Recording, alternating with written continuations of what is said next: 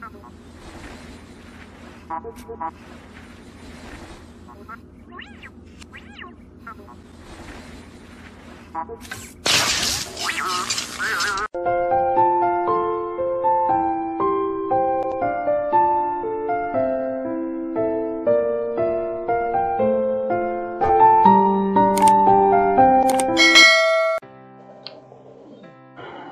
Sobat PFG, kita bertemu kembali di channel Belajar Fisika Gratis bersama Pak Ian, dan kita akan bahas kembali melanjutkan untuk rumus-rumus cepat di fisika untuk SMA ya, kelas 10, dan kita akan lanjutkan nanti untuk kelas 11 dan kelas 12. Kita akan lihat ke soal berikut. Di sini adalah tentang gerak vertikal, di mana kecepatan awal ini adalah 20 meter per sekon, ya, kita sebut adalah V0.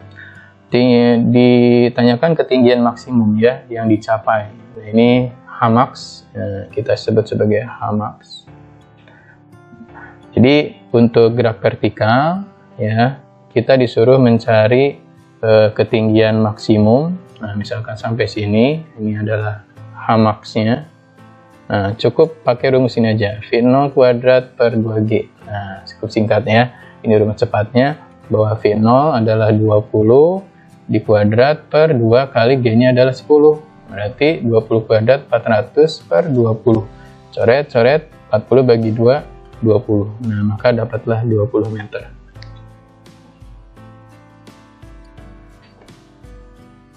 Selanjutnya, sebuah benda bergerak melingkar beraturan. Nah, jadi di sini tentang gerak melingkar, di mana kecepatan sudut, jari-jari, percepatan sentripetal ya. Jika kecepatan linier dijadikan 2 kali, nah di sini yang berubah adalah kecepatan liniernya. Maka kecepatan V ini adalah kecepatan linier.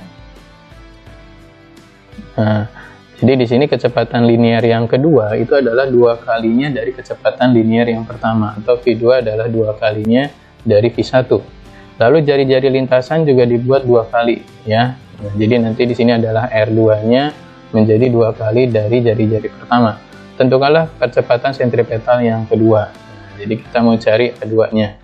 Nah, jadi percepatan sentripetal itu rumusnya kalau hubungan sama V itu adalah V kuadrat per R, maka dia berbanding lurus dengan kecepatan kuadrat dan berbanding terbalik dengan jari-jari ya. Nah, di sini maka percepatan sentripetal 1 ini kita mau percepatan sentripetal yang kedua banding percepatan sentripetal yang kedua itu adalah berarti berbanding lurus dengan kecepatannya, maka V1 banding V2, jangan lupa dikuadratkan, lalu R-nya berbanding terbalik ya, maka R2 jadinya banding R1.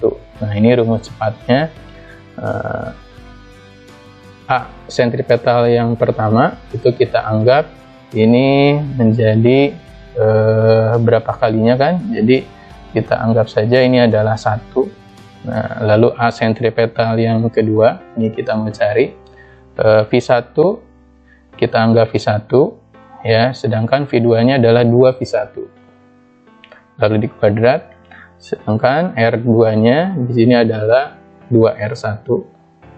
Nah, R1 nya tetap R1. Nah, coret, coret, lalu coret, coret, habis ya. Maka di sini A1 per A sentripetal yang kedua, ya, ini dikuadratkan berarti 1/4, lalu di sini adalah 2/1.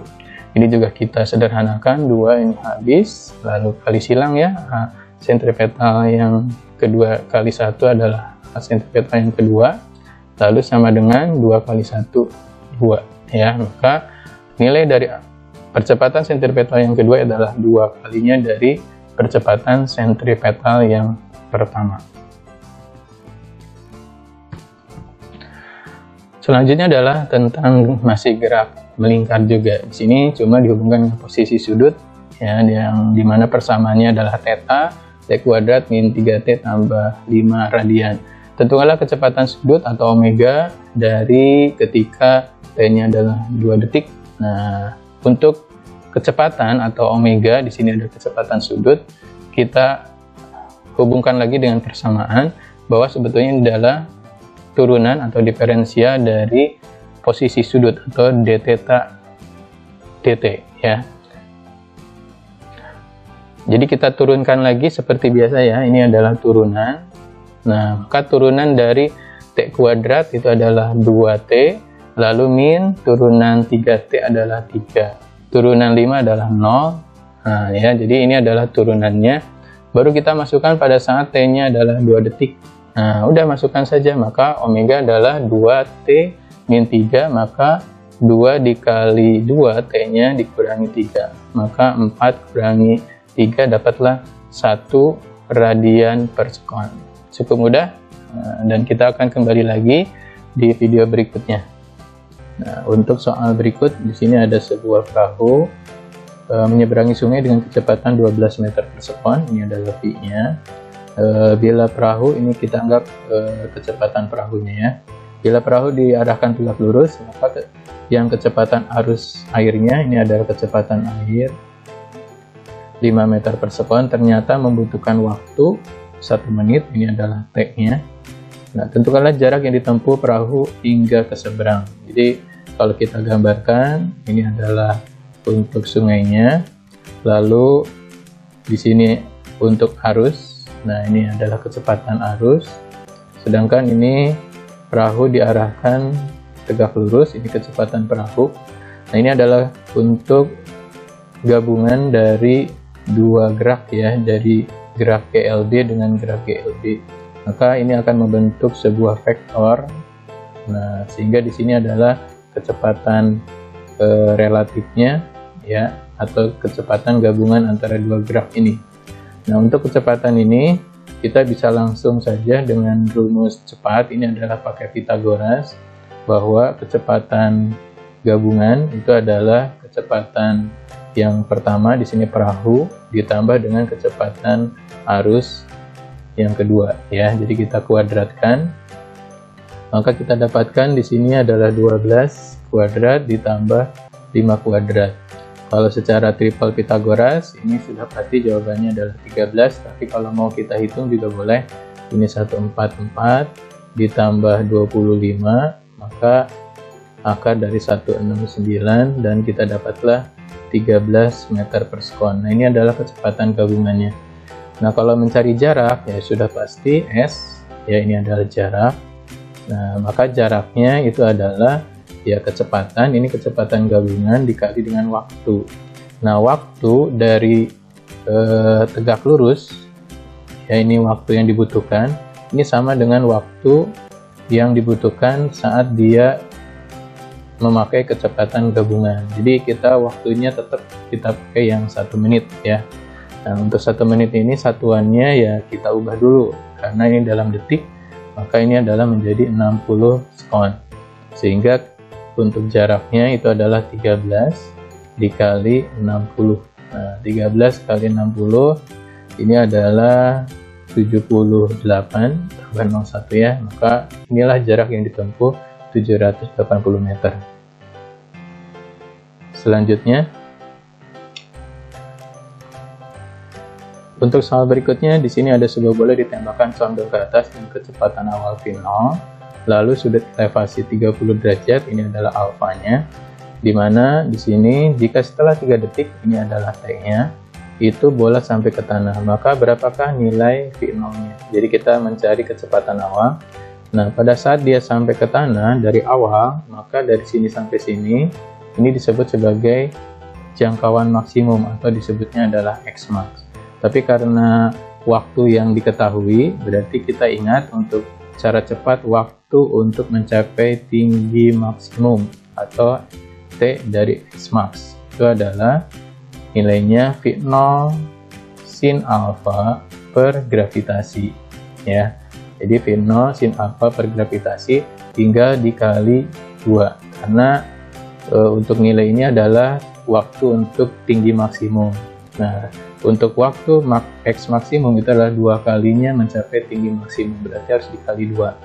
Nah, coba kita masukkan nilainya. Tx max itu adalah 3, itu sama dengan V0 nya kita cari, lalu alfanya 30 derajat, maka sin 30 lalu dibagi dengan G-nya 10 dikali dengan 2 ya. Nah, jadi ini nanti boleh pindah ruas, coba kita kerjakan sebelah sini. Nah, maka kita dapatkan 10-nya bisa dicoret ya, sama 2 dulu, ini adalah 5, ini habis 5, pindah sini dikali ya, dikali dengan 3, maka dapatlah 15 sama dengan V0 sin 30 itu adalah setengah. Nanti setengahnya Pythagoras juga, 2-nya dikali, maka V0 nya dapatlah 15 kali 2 30 meter per sekon.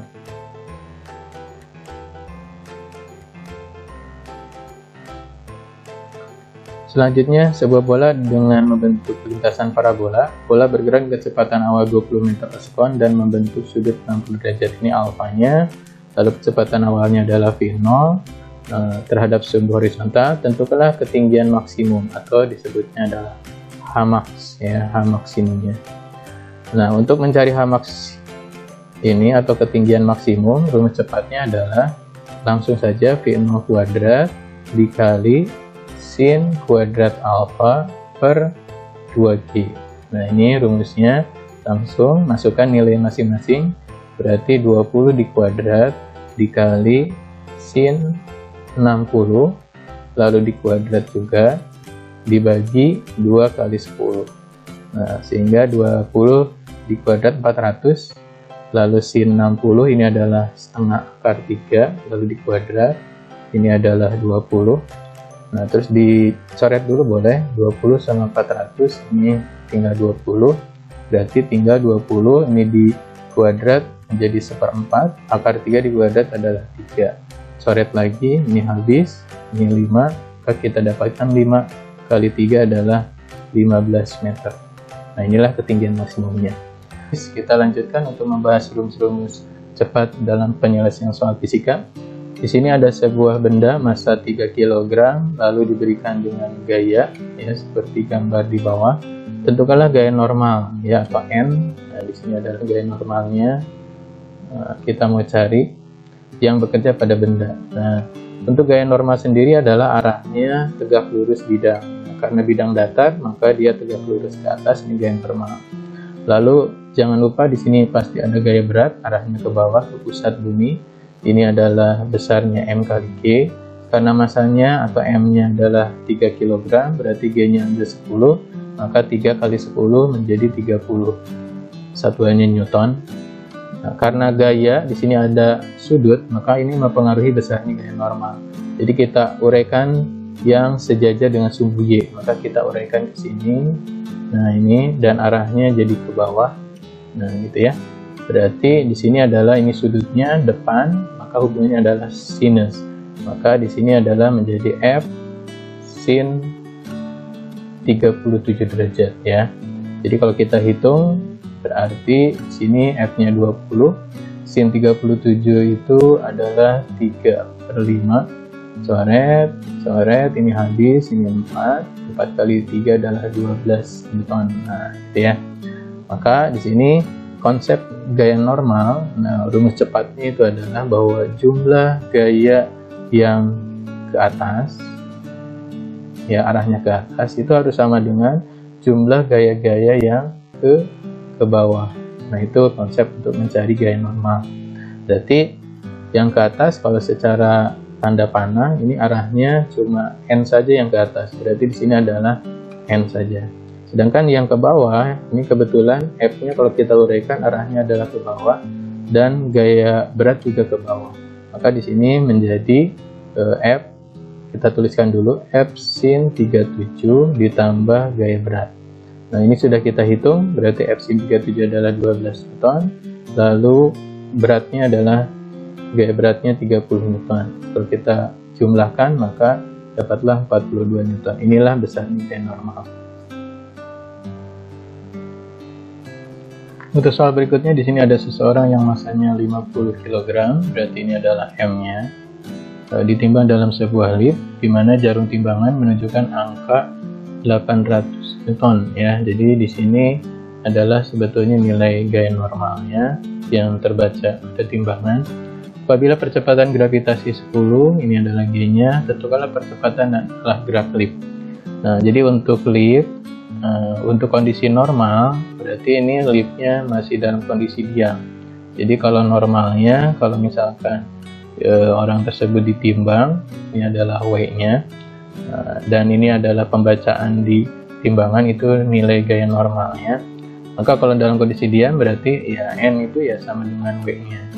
Nah, W sendiri adalah M kali G. Berarti di sini M 50 dikali gravitasinya 10. Berarti nilainya adalah 500 Newton. Maka ini adalah normalnya pada saat lip diam. Nah, kalau misalkan lipnya sedang bergerak, ini bergerak, ya ini lip untuk yang bergerak. Nah, ada dua kemungkinan, berarti dia bisa saja dia geraknya adalah ke atas. Ini adalah percepatannya A, ya dia bergerak ke atas, atau bisa juga dia bergerak ke bawah. Nah, ini percepatannya A, ini adalah ke bawah. Nah, logikanya berarti pada saat dia bergerak ke atas, rumus cepatnya itu pembacaan di timbangan itu akan lebih besar. Jadi nilai N itu ya sama kayak W ditambah M dikali percepatan. Sedangkan kalau dia bergerak ke bawah, maka nilai N atau pembacaan dari timbangan ini nilainya ya lebih kecil. Jadi W dikurangi M dikali A. Nah, jadi bedanya di sini saja. Ini rumus-rumus cepatnya.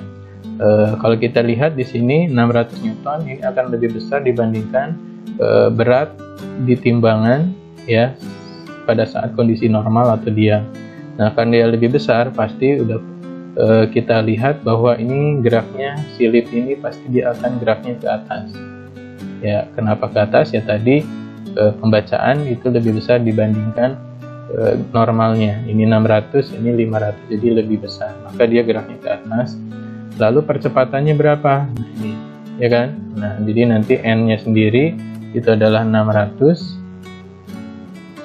Nah, normalnya sendiri W-nya adalah M kali G. Ini nilainya ya sama ya. Di sini adalah 500 Newton. Berarti ini adalah 500. Nanti M-nya itu adalah 50 dikali A. Nah, ini pindah ruas, ya, dikurang, ya 600 kurangi 500 itu adalah 100. Jadi 50A. Maka A-nya sudah langsung kita dapat 100 dibagi dengan 50. Nah, jadi percepatannya 2 meter per sekon kuadrat.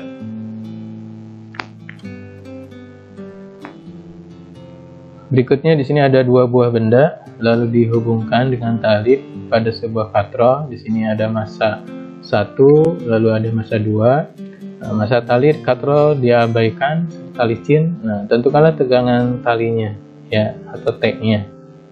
Nah, ya. Nah, untuk menjawab soal-soal seperti ini ya sebetulnya kita lihat dulu. Ini pasti dia punya gaya berat W1. Ini juga dia punya gaya berat adalah W2. Nah, W1 sendiri di sini adalah 4 kilo M kali G. Jadi ini M kali G berarti 4 dikali 10 40 Newton. Sedangkan W2 nya sendiri adalah M kali G juga, tapi pakai M2, dimana M2 nya adalah 6 kali 10, nanti dapatnya adalah 60 Newton. Nah, ini dia lebih besar dibandingkan berat yang satu ya, W2 itu lebih besar. Karena dia lebih besar, otomatis dia akan ketarik ke bawah. Yang ini, yang W1 ini akan ketarik ke atas ya. Ini percepatannya adalah A. Nah, langkah pertama untuk mencari tegangan tali, kita harus nyari percepatannya dulu ya. Nah, rumus cepatnya itu adalah jumlah gaya dibagi massa total. Nah, ini rumus cepatnya. Nah, jumlah gayanya ya karena ini adalah W2-nya ke bawah, W1-nya ke atas, itu berlawanan. Pokoknya di sini adalah W yang lebih besar dikurangi W yang lebih kecil, gitu ya. Lalu dibagi ya, ini massa total, massanya ada saat M1 sama M2. Nah, W yang lebih besar itu adalah 60 dikurangi dengan 40. Nah, totalnya di sini adalah 4 ditambah 6. Jadi 20 per 10. Nah, dapat deh ini adalah 2 meter per sekon kuadrat. Ini percepatannya. Terus langkah kedua, kita nyari tegangan tali ya. Jadi tegangan tali ya itu sebetulnya bisa memakai benda satu ataupun bisa memakai benda dua. Tegangan tali itu adanya di sini. Nah, ini tegangan tali ya. Jadi bisa pakai M1 ataupun M2. Nah, kalau misalkan kita memakai benda 1, nah ini benda 1, di sini adalah T1 atau tegangan talinya kita anggap sama, ini adalah T, lalu di sini adalah W1. Nah, lalu dia geraknya ke atas. Nah, percepatannya karena ke atas, maka yang searah dengan percepatan ini adalah T, dia bernilai positif. Ini berlawanan dengan percepatan arah, ya. Jadi ini adalah bernilai negatif. Sehingga kita dapatkanlah sigma F sama dengan massa dikali percepatan. Nah, ini kita pakai massa 1 berarti ya. Nah, terus F-nya sendiri adalah karena T-nya positif dikurangi W1 sama dengan M1 dikali A. W1-nya pindah ruas jadi plus, berarti T sama dengan M1 kali A itu ditambah W1. Nah, M1-nya itu adalah 4 kilo. Percepatannya sudah kita hitung ya, 2. Ditambah W1-nya sendiri adalah berat 1 itu adalah 40 Newton. Nah, ini. Nah, berarti 4 kali 28 tambah 40 itu adalah 48. Sehingga kita dapatkanlah tegangan talinya adalah 48 Newton. Baiklah, jika adik-adik ada yang belum paham atau ingin ditanyakan, kalian bisa tulis di kolom komentar dan kita bisa berdiskusi. Dan kita akan berjumpa kembali di video berikutnya. Sampai jumpa.